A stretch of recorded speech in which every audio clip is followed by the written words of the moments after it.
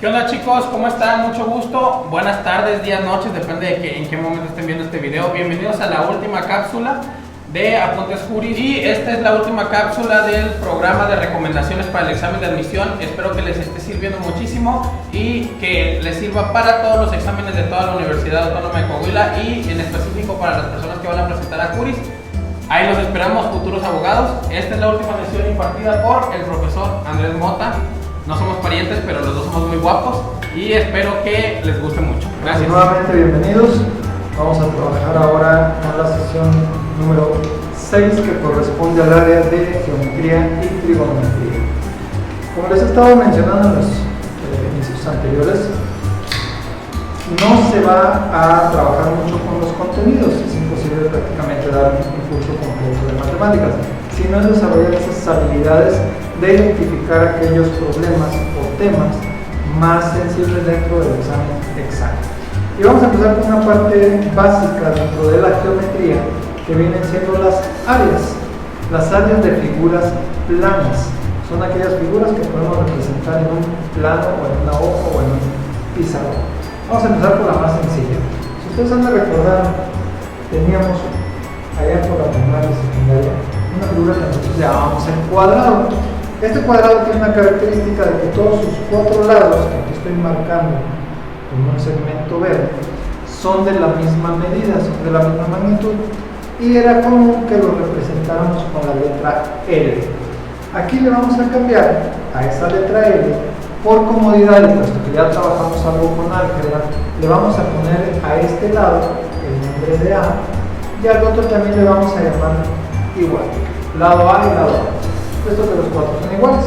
Recordando la fórmula para calcular área, se nos ha dicho siempre que es lo mismo que tener un lado por el otro lado, por lo que es lo mismo A al cuadrado. Recordemos que ya manejamos los exponentes en las variables que nosotros les llamamos a las letras. Este es para el cuadrado. Después cambiamos a otra figura plana, que era el rectángulo. Ese rectángulo ahora le vamos a llamar a uno de sus lados, recordando que estos dos lados opuestos son iguales y estos otros dos, ese otro par, son iguales entre sí. Y a esos que son iguales entre sí les vamos a llamar ahora B.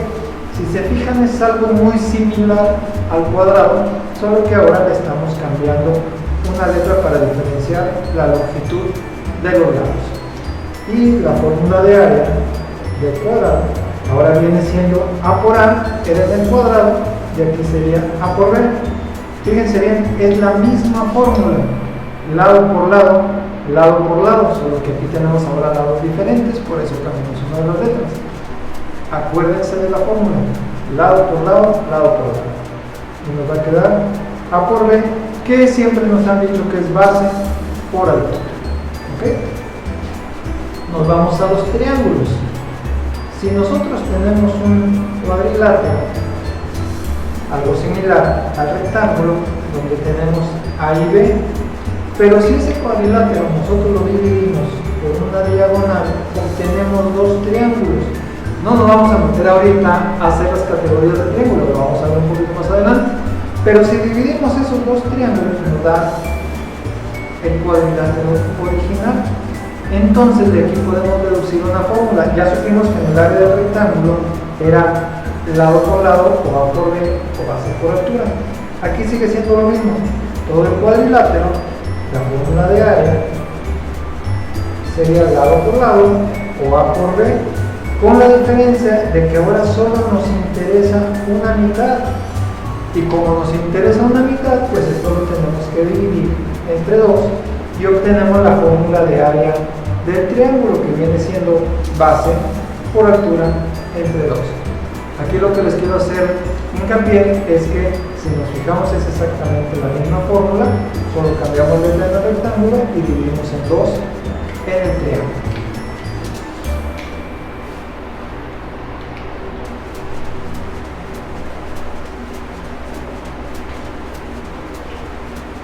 Seguimos avanzando con las figuras. Después de los triángulos tenemos el círculo. Hay que hacer una diferencia entre lo que es el círculo y la circunferencia. La circunferencia es solamente la línea externa, lo que llamamos nosotros el perímetro. El círculo es toda la superficie interna. Ese es el círculo. Y el círculo, para calcular el área, nosotros tendríamos que conocer el valor de su radio. El radio viene siendo una línea que parte del centro hacia cualquiera de los puntos de la circunferencia. Recordemos que esto es circunferencia y el interior se llama círculo. Entonces, una vez que conozcamos el radio, podemos calcular el área. Para eso usamos nosotros el valor pi por radio al cuadrado. ¿Qué viene siendo pi? Para efectos prácticos, en el examen nos toman como valor 3.1416. No se preocupen en sacar más decimales. Para que ustedes sepan que es 3.1416, multiplican por el radio y luego nuevamente por el radio y obtienen el área del círculo. Con eso es más que suficiente para que ustedes resuelvan un problema de cálculo de áreas circulares. Otra de las figuras básicas que vienen dentro de área que manejan en los exámenes de tipo examen se llaman los polígonos. Los polígonos vienen siendo aquellos que tienen lados de la misma medida. Por ejemplo, los pentágonos, por ejemplo, los hexágonos, en los cuales nosotros vamos a tener un punto central, algo muy similar al radio del círculo, con la diferencia de que de este punto central nosotros vamos a bajar una línea no a los vértices, no a los puntos extremos de cada figura, sino a la parte central de cada uno de sus lados, del punto central a la mitad de cada uno de sus lados. A esta línea, en el círculo nosotros le llamamos radio, a esta línea en los polígonos le vamos a llamar apotema. ¿Cómo vamos a calcular el área? Para esto se diseñó una fórmula que viene siendo el perímetro. Necesitaríamos nosotros conocer el perímetro. ¿Cómo sacamos el perímetro de un polígono? Pues lo único que hacemos es multiplicar lo que mide su lado por la cantidad de lados que tiene. Si este es el lado A de un pentágono, pues lo que mida lo multiplicamos por 5. Si este es el lado A de un hexágono, lo multiplicamos por 6 y obtenemos la medida de su lado. Quiere decir que si este mide 2 centímetros, su perímetro va a ser 2 por 5, 10 centímetros. Si este mide 2 centímetros en el hexágono, 2 por 6 lados, tendríamos 12 centímetros de perímetro. Entonces nos vamos a la fórmula y nos dice que el área de un polígono sería perímetro por el apotema. Aquí lo voy a poner como A sobre 2. Perímetro por apotema sobre 2. Con esta fórmula ustedes pueden sacar el área de cualquier perímetro, no importa si es pentágono, hexágono, octágono, nonágono, etc. Simplemente saquen su perímetro, lo multiplican por el apotema y lo dividen entre 2. Con esto lo quise poner junto con el círculo porque a veces se cae en el error de creer que el radio y el apotema son algo similar. No, son cosas diferentes, pero que presentan alguna similitud en cuanto a la forma de obtenerse. Nos falta una figura que viene siendo el trapecio. El trapecio tiene una característica muy particular. Si nosotros observamos, es como si tuviéramos un cuadrilátero con triángulos en sus extremos. Cada elemento de este trapecio tiene su nombre. La base más chiquita, como si la estuviéramos apoyando, a esta le llamamos base menor, la representamos con una B minúscula. A esta le llamamos base mayor, la representamos con una B mayúscula. Y la altura, que ahora le vamos a cambiar y le vamos a poner la letra H, es aquella línea que nosotros vamos a sacar de la base menor y la vamos a descender formando un ángulo de 90 grados con la base mayor. Esa sería la altura. Y la fórmula, que les repito, en este caso las fórmulas son solamente para que ustedes puedan aplicar los problemas que van a manejar en su examen de examen. Fórmula de área de un trapecio. Es la suma de las dos bases, base mayor más base menor. Lo que salga de esa suma, primero hay que hacer la suma, se va a multiplicar por la altura y luego lo dividimos entre 2. Hay que tener cuidado, primero hay que hacer la suma, después la multiplicación y después la división. Este es un error muy común, que muchos quieren hacer primero la multiplicación. No, hay que hacer primero suma, multiplicación y división. Ese sería para el caso del trapecio. Y esa sería la parte que corresponde a las áreas de figuras representadas en un plano. Vamos a pasar a la parte correspondiente a los volúmenes. Los volúmenes son la capacidad que tiene un cuerpo geométrico de contener materia, a diferencia del área, que era la superficie plana, como un cuadrado. El volumen no, el volumen ya podemos tener 3 dimensiones, como lo vemos por ejemplo en los cubos. Esto es área y esto es volumen. Con esa diferencia, obviamente pues salen otro tipo de fórmulas. Y empezamos a reducir fórmulas. La más común de todas y la más sencilla, que es con la que nos vamos a basar, fíjense bien, es el cubo. A esto le llamamos cubo o también se le llama hexaedro. El cubo tiene una característica, es un cuerpo formado por 6 caras con forma de cuadrado. Recordamos la fórmula de área de un cuadrado y decíamos que era lado por lado, o sea, lado al cuadrado. ¿Qué va a pasar si yo junto muchos de estos cuadrados y los empiezo a acumular como si fueran una pila? Pues esa pila va a tener cierta altura, va a llegar un momento en que va a tener cierta altura, pero yo ya tengo las áreas de cada uno de esos cuadritos. Entonces, ¿cómo voy a obtener el volumen? Pues lo que voy a hacer es multiplicar esa área que yo ya obtuve por la altura que tenga ese cuerpo. En este caso es un cubo. Entonces la fórmula de volumen para el cubo, de acuerdo a esta lógica, sería el área que yo ya saqué, que es área al cuadrado, multiplicado por ¿quién? Por la altura, que yo la puedo representar con h. Pero como en el cubo los 3 lados, en este caso las 3 aristas, miden lo mismo, pues lo cambio como por A, el área por la altura de todos aquellos cuadritos que yo estoy acumulando, y me queda A cuadrada por A, recordando las leyes de los exponentes, sumo los exponentes y me queda como A al cubo. Entonces ya tengo que volumen del cubo es lado al cubo. Recuerden esta lógica, que la vamos a utilizar ahorita para trabajar en los siguientes cuerpos geométricos.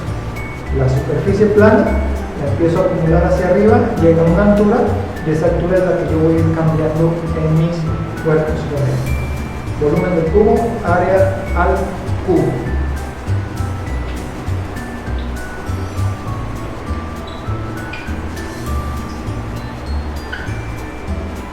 Pasamos a otro cuerpo geométrico que se llaman los prismas. ¿Qué es un prisma? Son aquellos cuerpos que tienen una base con una figura conocida, como puede ser un círculo, puede ser un cuadrado o puede ser un polígono, y que de esas figuras planas nosotros sacamos líneas paralelas a los extremos de la figura y tenemos otra cara en el otro extremo. Si recuerdan ustedes cómo sacamos el volumen del cubo, dijimos que era apilando cuadritos, pues en este caso el prisma es lo mismo que si estuviéramos nosotros apilando círculos uno encima del otro, como si hiciéramos una pila de monedas. Esa pila de monedas pues empezó con un círculo. La fórmula del círculo dijimos que era pi por radio cuadrado para el área. Entonces, ¿cómo calculamos el volumen? Deducimos que si ya tenemos el área del círculo de la base y empezamos a aumentar, vamos a tener una altura. Pues entonces el volumen lo obtenemos el área de la base multiplicada por la altura. Y ahora cambiamos, en lugar de área, ahora le vamos a llamar volumen. Si se fijan, es exactamente el mismo procedimiento que utilizamos en el cubo, donde acumulamos cuadritos. Ahora acumulamos círculos encima uno del otro para obtener la altura, y en lugar del área del cuadrado tenemos el área del círculo multiplicada por la altura. Nos pasamos a un prisma rectangular o cuadrangular, como lo queramos llamar. En este caso sacamos unas líneas paralelas, es como si lo estuviéramos viendo en forma transparente. Observamos nuestro prisma, ¿sí? Y es como si estuviéramos acumulando también rectángulos. Recuerden que en los rectángulos era base por altura la fórmula de área, pero ya tengo muchos de estos rectángulos, los voy a ir acumulando uno encima del otro para obtener ¿qué? La altura. Entonces la fórmula de volumen de un prisma rectangular sería base por altura por la altura del prisma. Aquí hay que tener cuidado, no confundir. No es multiplicar al cuadrado la altura, es la altura del área del rectángulo del cuadrado original por la altura del prisma. Si ustedes observan, la fórmula se sigue repitiendo, es área de la base por altura. Área de la base, ¿de cuál base? En el prisma circular o en el cilindro de un círculo. Aquí está, por altura. En el prisma rectangular, área de la base, ¿de cuál base? De un rectángulo por altura. Nos falta del prisma con forma de polígono. Cerramos, nos queda con mucha imaginación un prisma pentagonal en el cual teníamos cuál era la fórmula de área de un polígono.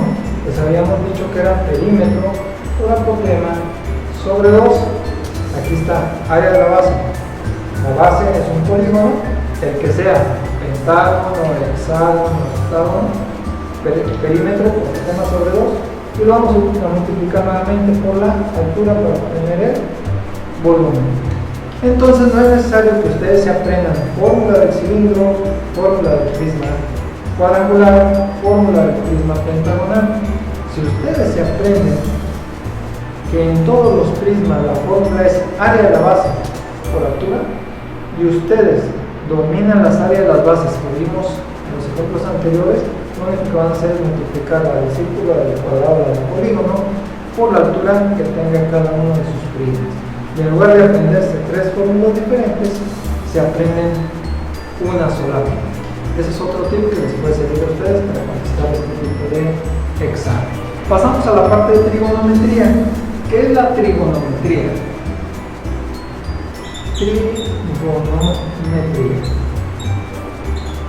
Metría quiere decir medición, gono quiere decir o significa ángulos, y tri significa 3, medida de 3 ángulos. Hace referencia a aquella parte de las matemáticas donde se calculan todos los elementos posibles de cualquier tipo de triángulos. Y esta es una de las partes más complicadas de la matemática porque implica conocimientos de aritmética y de álgebra a la vez que de geometría. Y vamos a empezar por lo más fácil. No es darles el curso completo, les repito, pero sí es que tengan los conocimientos básicos para cualquier problema que se les presente en el examen. Y estos son los tips más comunes o tipos de problemas más comunes que vienen en el examen. Empezando por la clasificación de los triángulos. Nosotros vamos a tener triángulos. En el caso de trigonometría se trabaja generalmente con los triángulos rectángulos. ¿Qué es un triángulo rectángulo? Aquel en el que uno de sus ángulos mide exactamente 90 grados, y así se le llama el ángulo recto.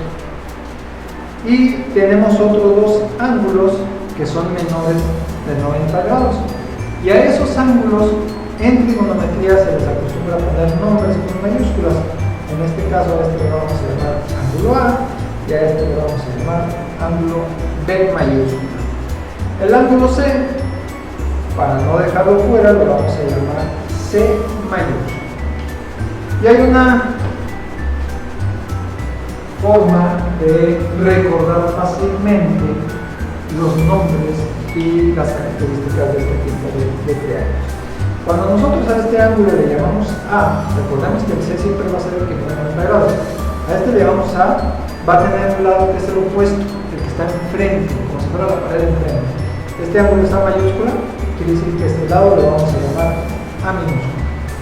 Este ángulo es el B mayúscula, lo que está enfrente de él le vamos a llamar B minúscula.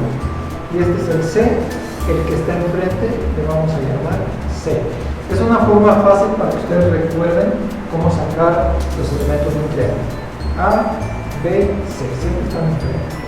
Para el caso particular de los triángulos rectángulos, cada uno de esos lados tiene un nombre particular. El lado C se le llama hipotenusa.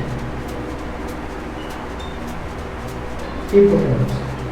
Los lados A y B, aquí no se le llaman lados, aquí se les llama catetos. Son nombres que por estandarización se les han dado en otro idioma. Lado C, que es el más grande, identifico el más largo, se le llama hipotenusa. El lado B le vamos a llamar catetos. Y dependiendo de dónde están ubicados los catetos, los vamos a llamar catetos opuestos o adyacentes. Hay que tener cuidado con estas dos palabras. Opuesto es el que está enfrente, adyacente es el que está pegado. En este caso, si nos vamos al ángulo A, su cateto opuesto sería el que está enfrente. El cateto opuesto del ángulo A es el A. El cateto adyacente es el que está pegado. El cateto adyacente del A es el B. Cambiamos de ángulo, vamos al B. Cateto opuesto del B es el B minúscula. Cateto adyacente del ángulo B es el A minúscula. El C no tiene catetos opuestos ni adyacentes. ¿Por qué? Porque lo único que tiene enfrente es la hipotenusa. Acuérdense, procuren darle siempre ese orden a las letras para que no se confundan, y sobre todo porque en el examen de tipo exámenes siempre viene ordenado de esa manera. ¿Sí? El C solamente va a tener correspondencia con la hipotenusa. Tomando en cuenta que ya manejamos lo que son los supuestos y adyacentes, vamos a ver cómo sacar esas funciones trigonométricas que nos van a pedir identificar en el examen.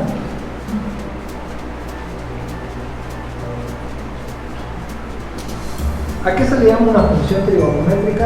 A la relación que hay entre los lados, los catetos de un triángulo rectángulo y sus medidas de ángulos. ¿Sí? Y básicamente las que nosotros vamos a utilizar en el examen del Estado son tres. La función seno, que se representa como sin, en sus calculadoras científicas las habrán visto de esa manera. El coseno, que se representa como COS, y la función tangente, que se representa como tan. Esas funciones, hay un algoritmo o hay un procedimiento simplificado para el cual nosotros lo podemos encontrar más fácilmente. Los que estudiamos matemáticas, nosotros le llamamos la ley de la coca con hielo. ¿Por qué la coca con hielo? Porque se definen con unas palabritas o con unas siglas que nos hacen recordar esa frase. Fíjense bien, la función seno se define como el cateto opuesto dividido entre la hipotenusa.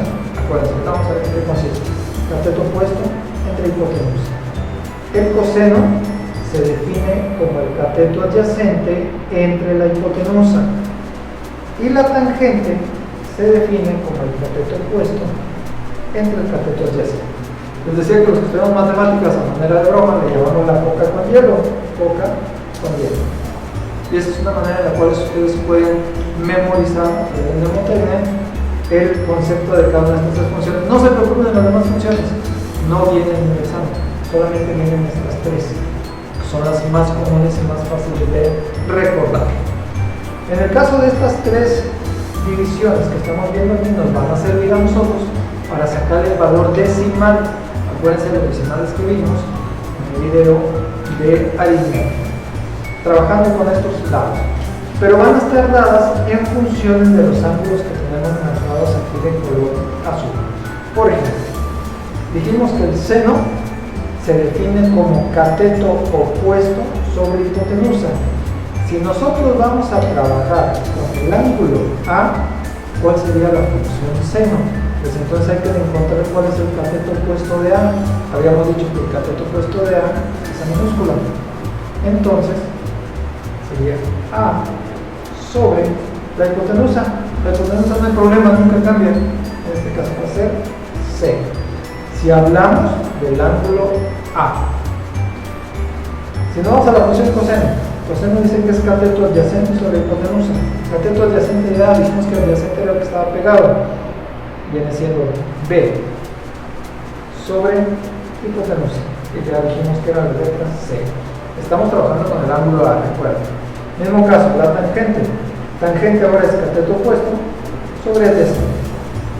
Cateto opuesto sobre adyacente. O los dos que tenemos anteriormente. A sobre B. Ese es para el ángulo A. Pero ¿qué pasa si nos piden los del ángulo B? Bueno, pues vamos a trabajar ahora con el ángulo B.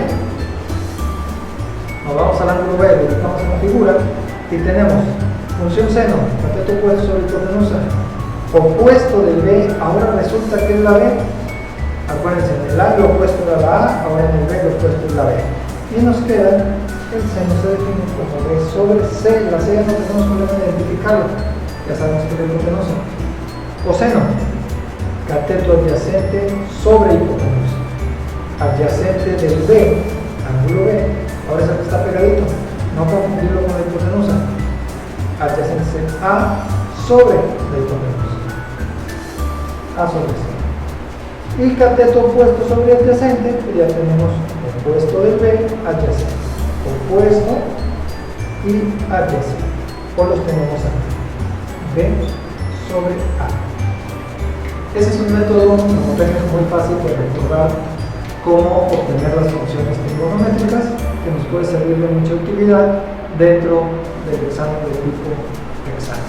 Espero que les haya sido útil. Es una sesión muy cortita esta, pero que corresponde a una parte muy sensible dentro del examen. Muchas gracias y nos vemos en el